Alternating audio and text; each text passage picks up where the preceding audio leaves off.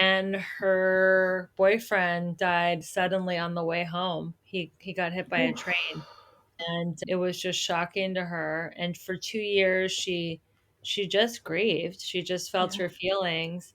And then she hired me. She's like, okay, I want to move through the rest of my grief and then reinvent myself. I want to start dating again. I want to feel more confident, let go of the guilt because she didn't go out with him that night. I think guilt is such a part of grief, right? That people Oh, people gosh. always want to blame themselves, but it's never their fault. Not never, but I'm saying for Yeah. the most part.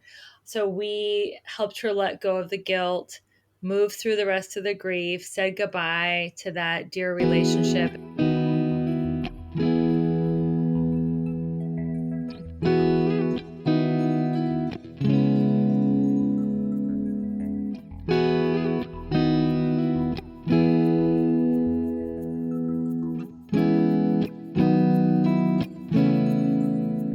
Welcome to today's episode.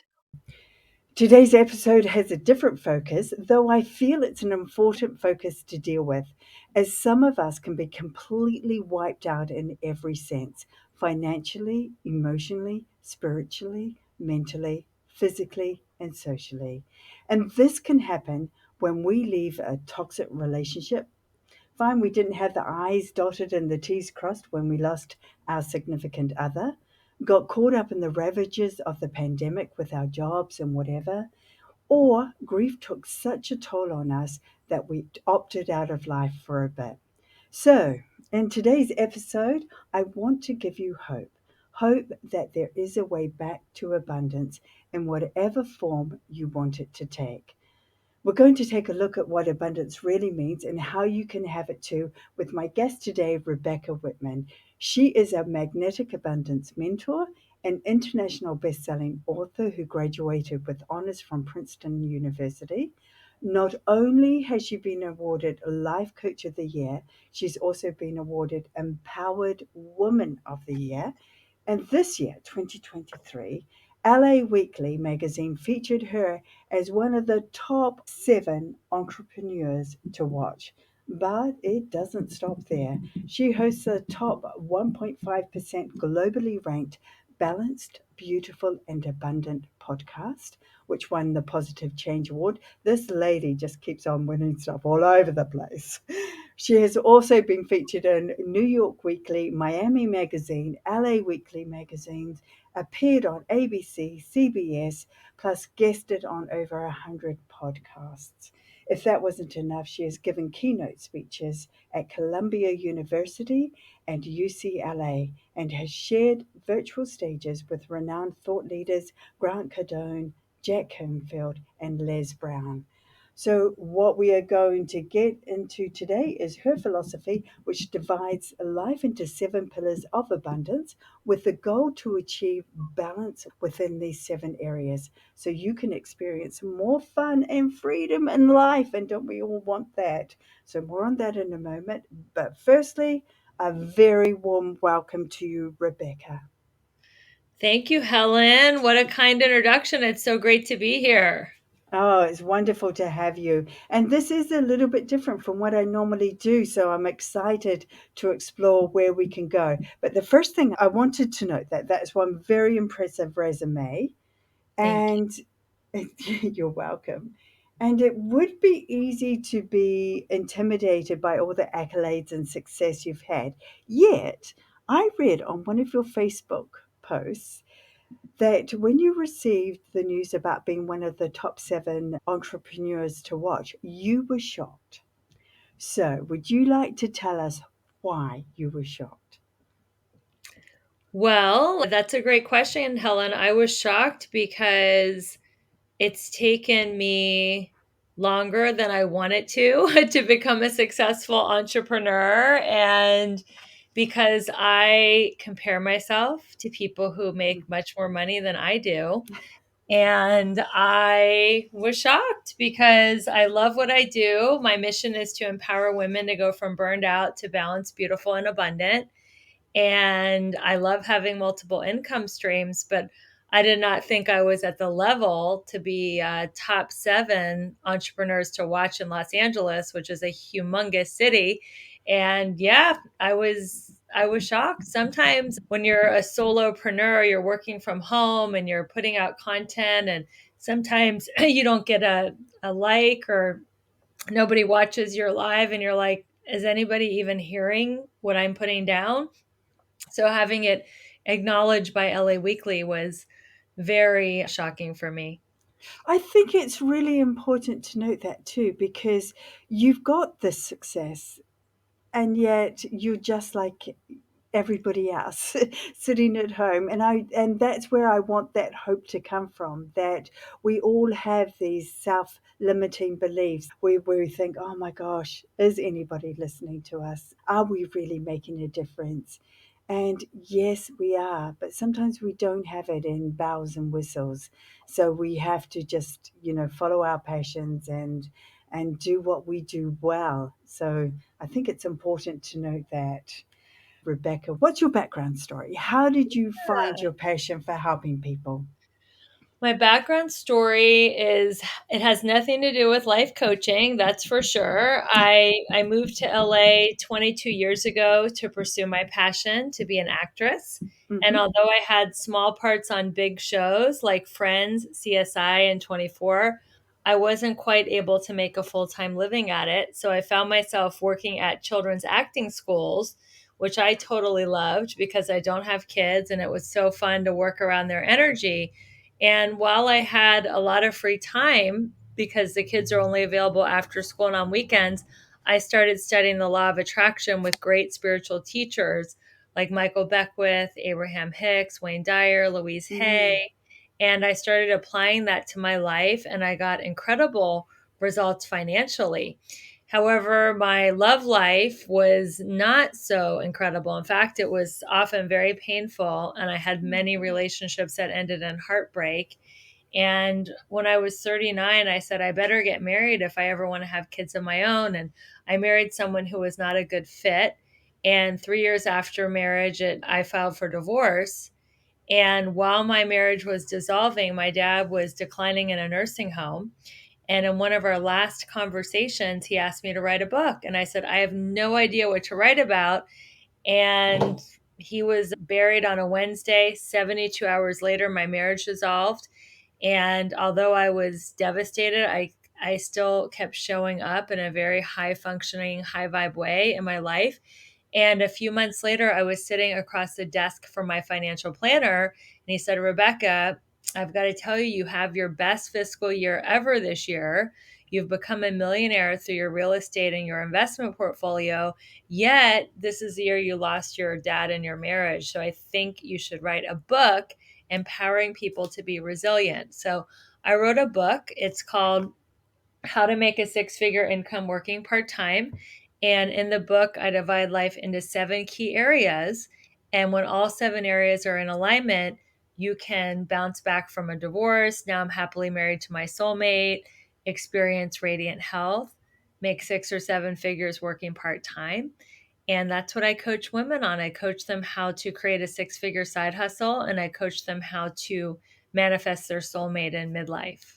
Oh, that's great life experience to actually put onto paper for others to follow and read. We can have it all working in one or two areas, but then we can be unhappy because the other areas, like you mentioned, your love life, you just didn't seem to attract the right person for you.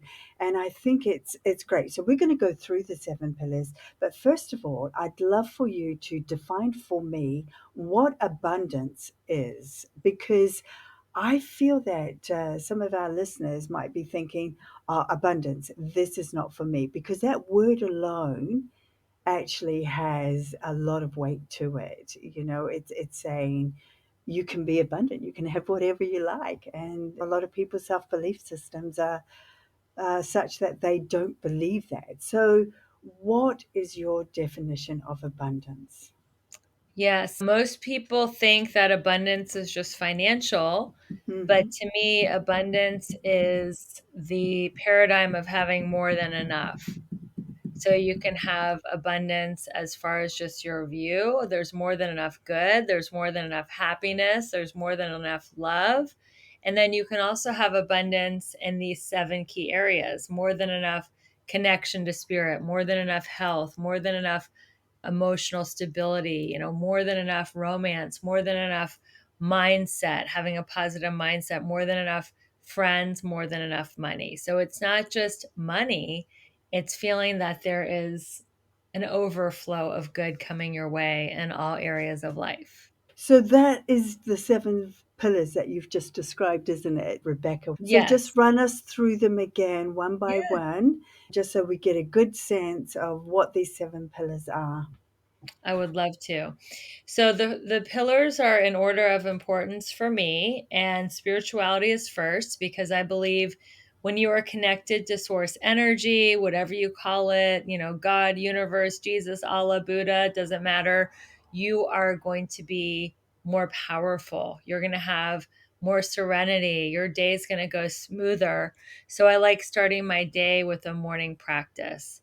And I met this woman, Janet, 30 years ago at a 12-step meeting, and she showed me this journal format. I believe she's an angel because I never saw her again. And I've been doing this journal format for 30 years, and it has helped train my mind to go from negative to positive, from scarcity to abundance thinking. And I would like to offer that as a gift to your listeners. So, Oh, that abundance journal has been a staple of my morning practice. I also do prayer, meditation, and I read from spiritual literature. So, that's the first pillar. Then I go to the gym. So, fitness is the next pillar. And I really believe in body before business. I didn't always believe that. In my 20s, I didn't work out at all and I was overweight and unhealthy.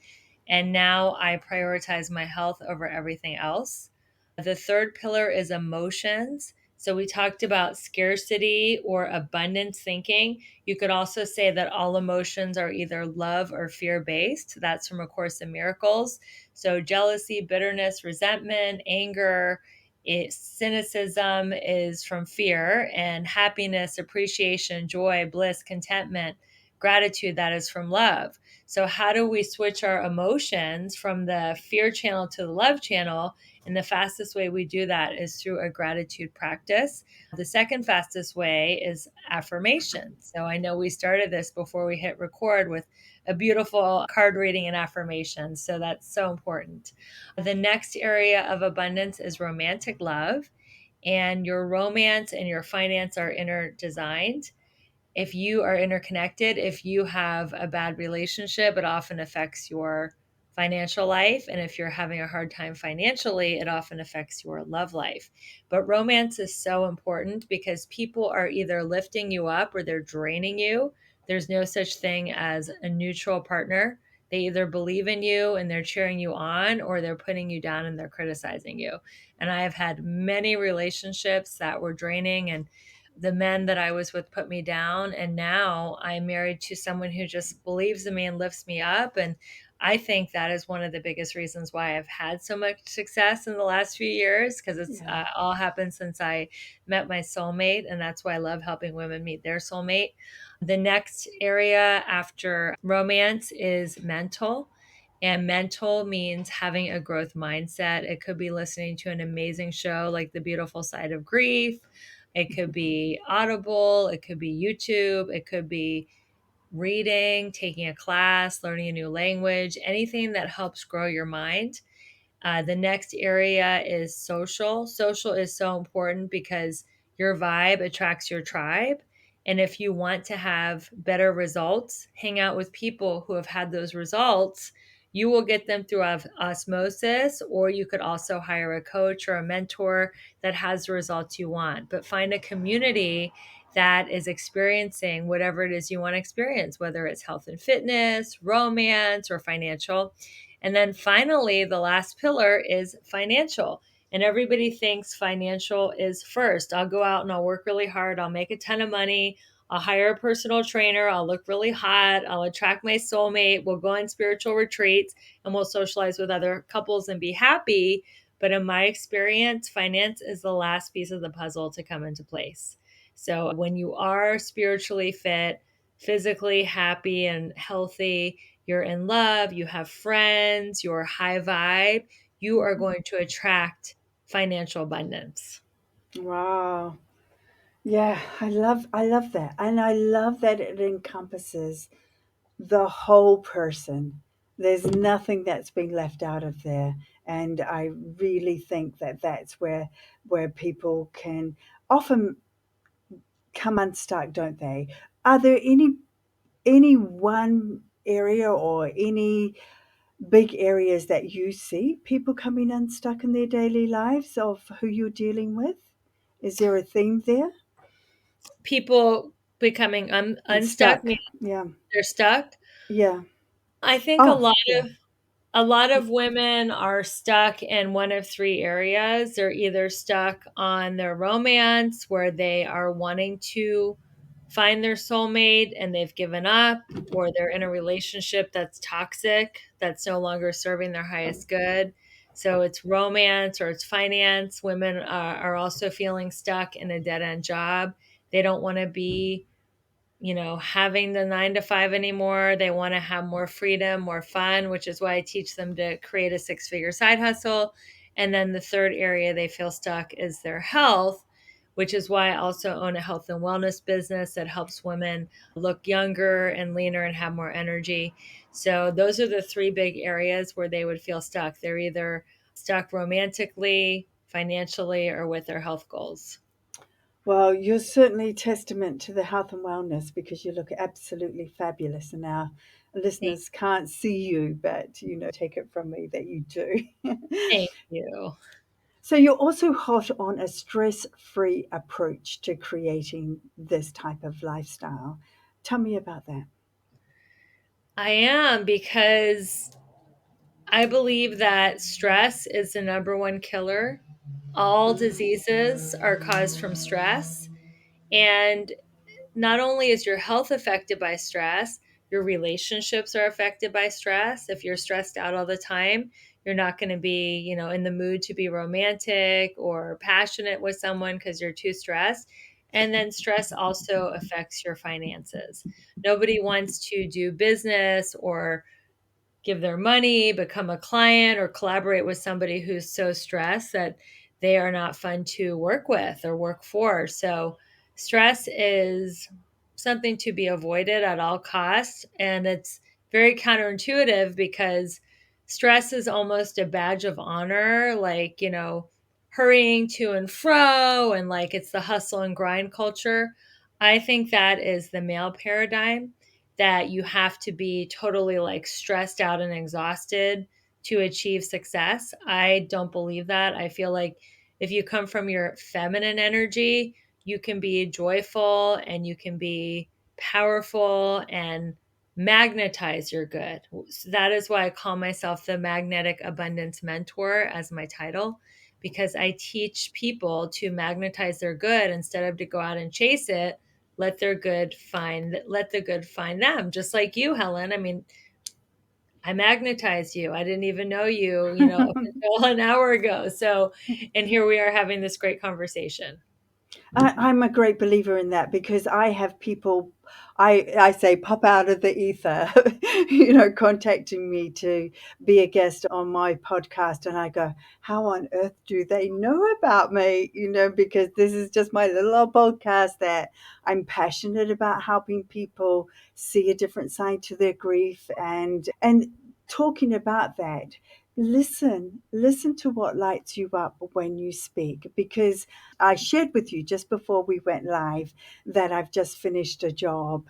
And I was speaking with my boss, and I'm very upfront. So we were just having an honest conversation. And I said to her, I think this is drawing me back to my passion, which is my podcast. And I started talking about that. And she goes, Helen, listen to you. When you speak about those things that you love and that you like, you light up, you become energized. So I totally understand what you're saying there.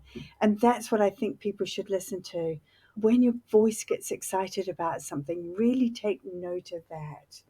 So in New Zealand, we don't typically we're not a race that goes to coaches as a go-to. Like we don't go to therapists very well, and it's a last resort, and we don't typically get ourselves into coaching. But tell us, how does life coaching differ from other forms of coaching? Well, therapy is more like self knowledge, understanding how your thinking started in childhood from childhood trauma, processing that childhood trauma with a therapist so you don't repeat the same patterns and you know why you're doing what you're doing.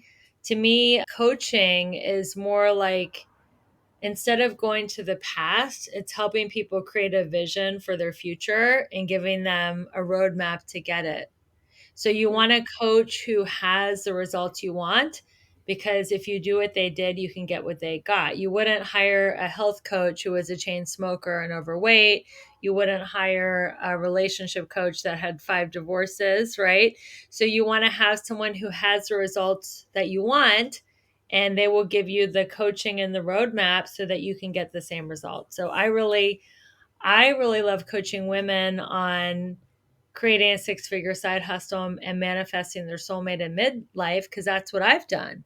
So I can show them, look, this is what you do, and I give them assignments and action steps. Whereas therapists, technically, they're not supposed to tell you what to do. You're supposed to they ask a lot of questions and you come up with your own conclusions about things, and it's not as action driven. I feel like a good coach will really put you into action so that you can get a different result.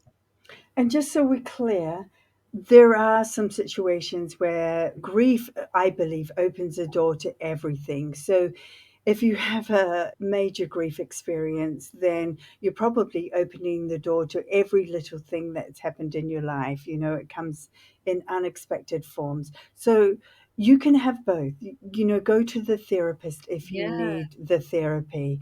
But I also believe grief is a great life changer as well.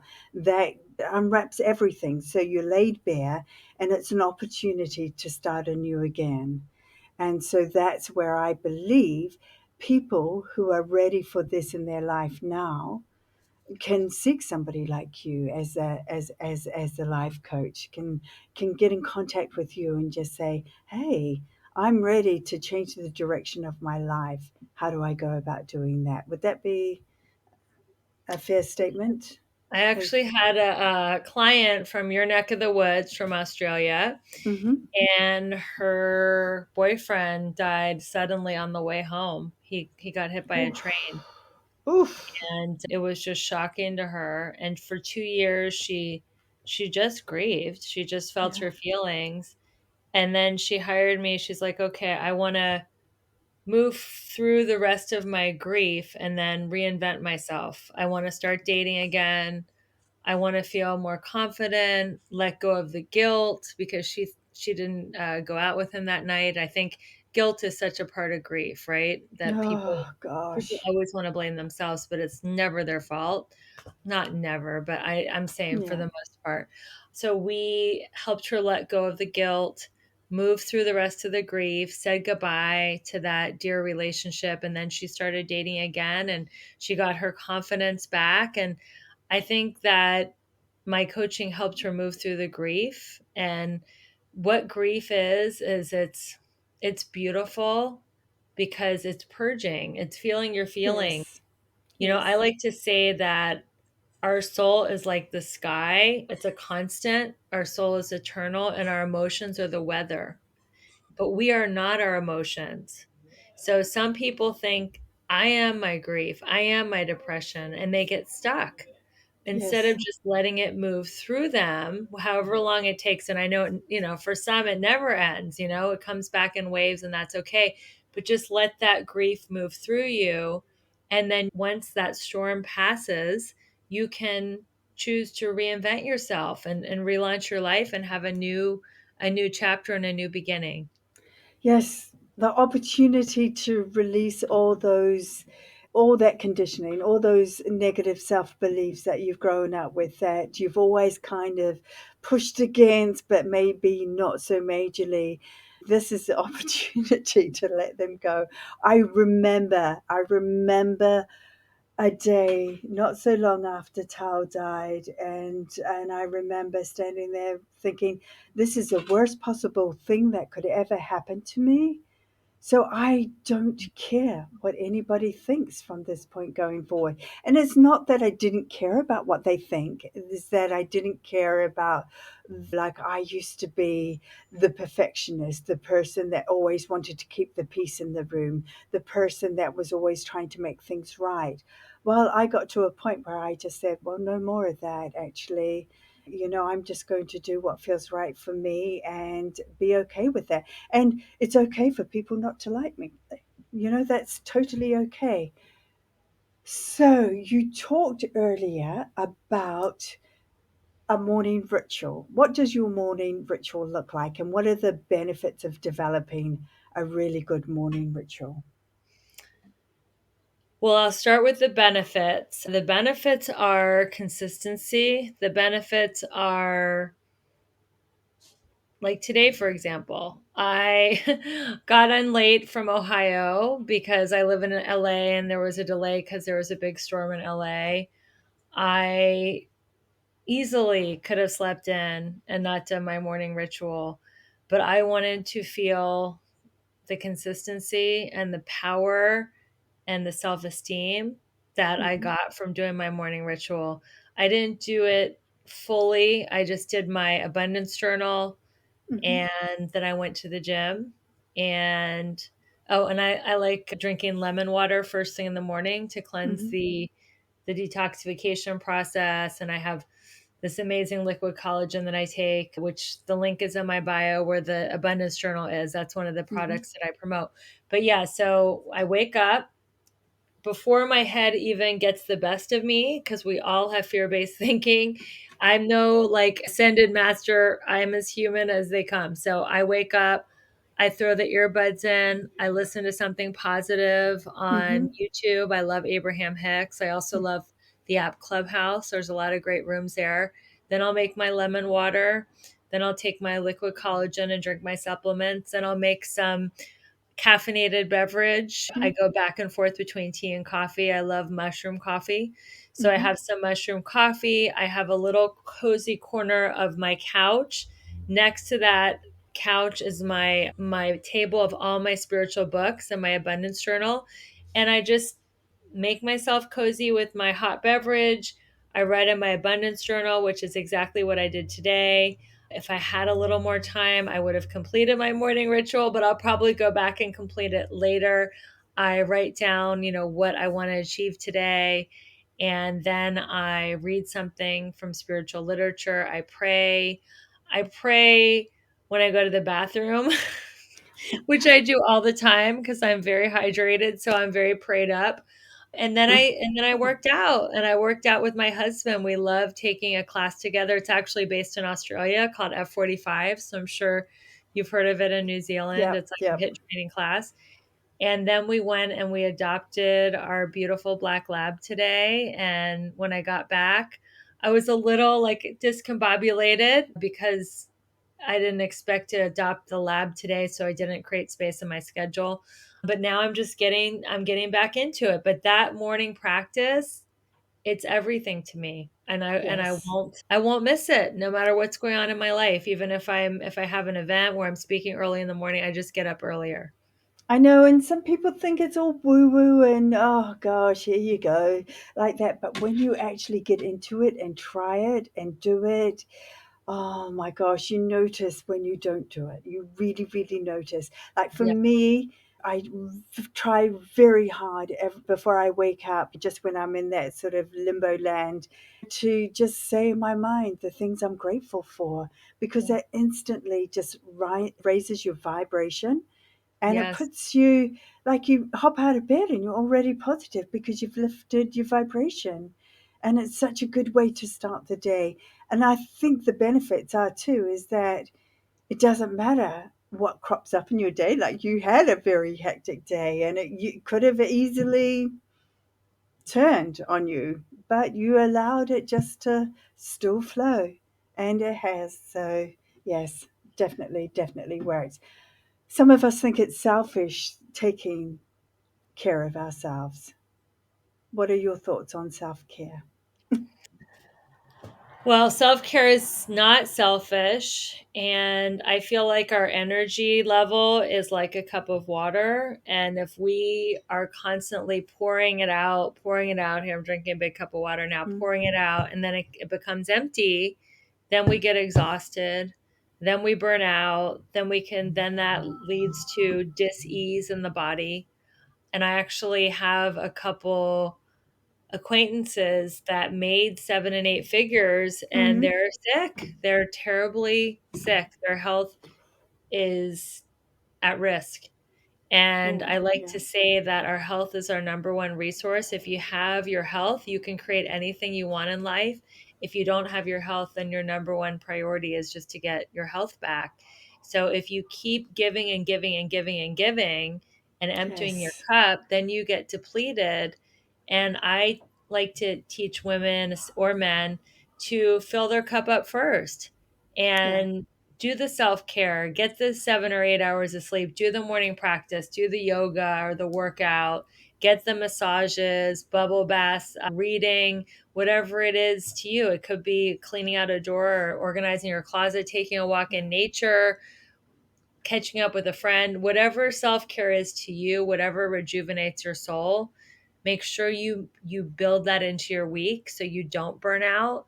And I also like to teach people to build in a play day in their week because if it's all work, then you will burn out. And when you're burned out, you're not of service. You think you're being of service, but when you show up exhausted and depleted and resentful, you're not really Yes. showing up as your highest self and you're not really helping people as much as you think. It's much better to pull back, say no a couple times so you have your time for self care, and then you show up as your joyful, high vibration, radiant self, Yeah. then you can truly give to people.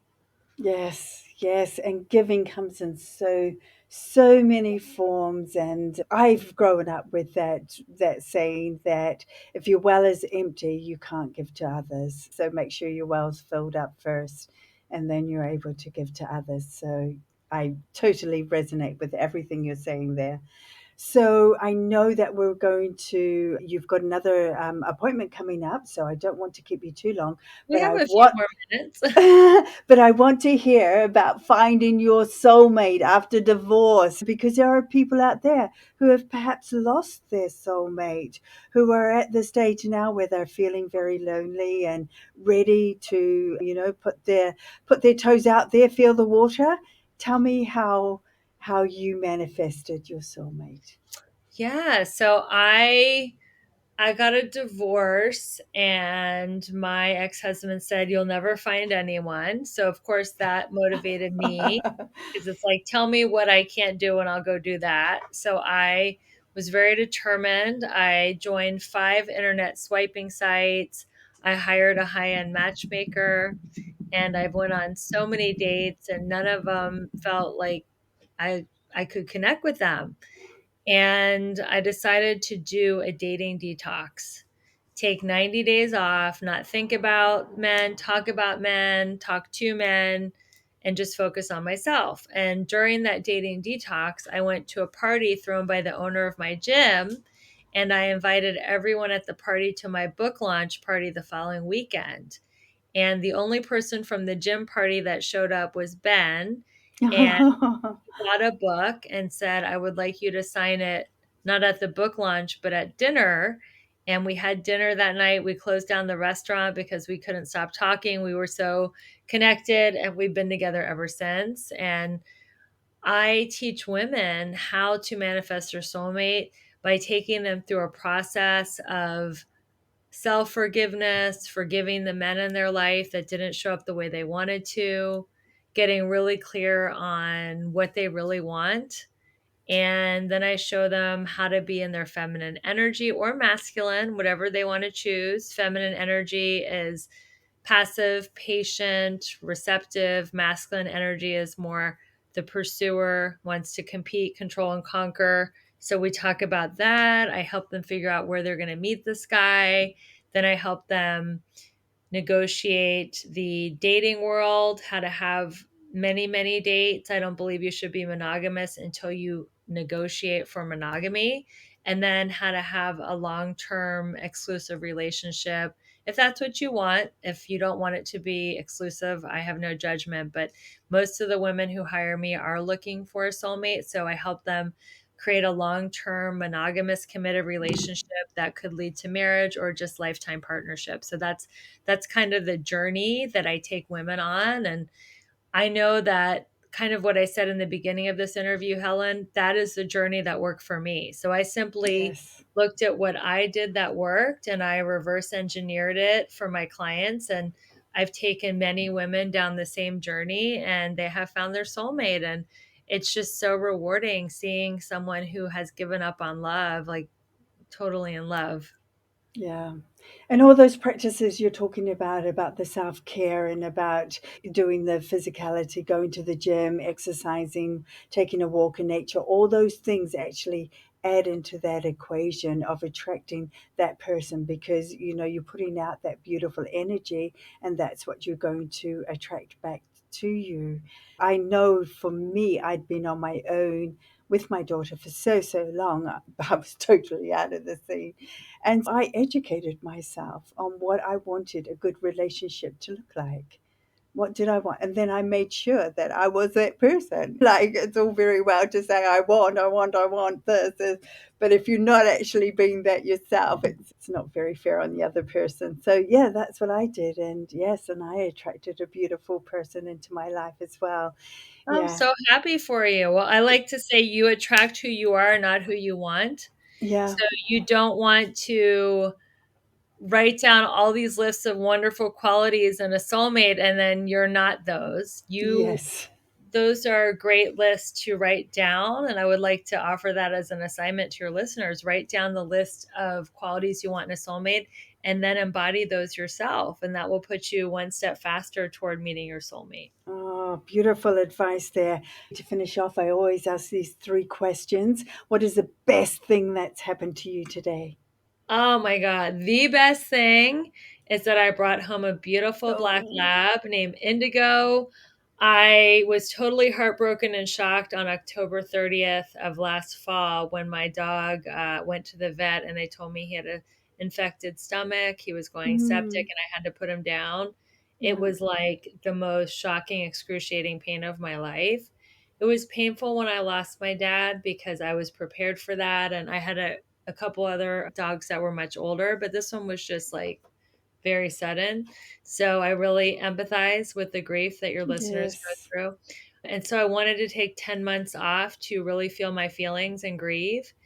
And today was the day that I brought home another Labrador, which is my, avatar, my spirit dog. So I just brought home a black lab named Indigo, which I showed you before we hit record. Oh, And it's just been magical bringing her home and teaching her how to walk up the steps to my condo and showing her around the neighborhood. And I'm just like so filled up with joy right now. I know. And she is beautiful. She's just got this face that you just want to hug her. So What are kind. you, Yeah. what are you most grateful for? Oh my gosh. I am most grateful for my childhood, even though Mhm. it was painful. I had every opportunity that any kid could want. I was driven all over the country to tennis tournaments, and the tennis helped me get into Princeton. And it wasn't a perfect childhood, but it gave me a foundation to achieve what I want in life. And the tennis really made me fearless to go after Yeah. what I wanted to be an entrepreneur and just to thrive on high risk situations. So I'm very grateful for my parents who provided the childhood that I had. Mm, it's beautiful. Thank And you. when you have moments in your day that are turning to custard, how do you pivot out of those? When I have moments in my day that what? So we have this saying, turning to custard, not going so well. Oh, I have never heard that expression. That's not an Oh, American okay. expression. I like custard. I'm like, custard's sweet. It tastes like pudding. Bring it. And I have moments in my day that are not going well. How do I re-rail myself? That is it. Because to me, resilience is not falling down. It's how fast you bounce back up. Falling down is just part of life. So how do I reroute myself? I like affirmations. Hmm. I really like saying to myself, I'm exactly where I'm supposed to be. All things are working together for my highest good. Things are going to turn out better than I can imagine. And just be in acceptance, because when I'm in resistance, what you resist persists. And when I'm surrendered and in acceptance, I don't know how this is going to work for my highest good, but it is going to work for my highest good. I'm going to be all right. God didn't drop me this far just to drop me on my head. I have faith that everything's working out for me. And having those affirmations going on the back of my head really, really help. And I pause because I can go down a negative spiral just like anybody, because thoughts create momentum. So it's like, oh no, that happened. And then what if this and what if that? And I can really get anxious. So I have to pause and say, okay, I'm going to go on a downward spiral if I don't stop this, and start building my mind back up through, and my vibration back up through affirmations. Oh, thank you so much for sharing that, because I believe you're not the only person who goes down those wee routes and Yeah. that's such good advice just to pull yourself back up. Rebecca, I just want to thank you so much for finding me and for reaching out and for liking what I do, and you are a gift to the world. Keep shining your light bright. I love what you're doing, and just keep up, keep inspiring our women to be empowered, to know that they can change their lives, and to have hope. And always, even in the worst situation, you're a beacon of light. And so thank you so much for sharing all your wisdom and that beautiful offer. So I will have all the links to your sites and to that link in the episode notes, so people can go and find you and find out what you do in a bit more detail and find that abundance journal. So grateful to you today, Rebecca. Thank you so much, Helen. It's been a delight to connect to you. And I'm so grateful that the law of attraction brought us together. And keep up the great work that you're doing too, and helping people see the beautiful side of grief. Thank So you. thank you Thank so much you. for having me as a guest on your show. Thanks for listening. I hope you got some real value from this episode. If there's a topic you'd like covered, click on the Beautiful Side of Grief at gmail.com link, or go to the beautifulsideofgrief.com website, where you can also leave a review. To get notified of new episodes, hit the subscribe button, and if you know someone who could benefit from this episode, please share. Until next time, be kind to you and take good care.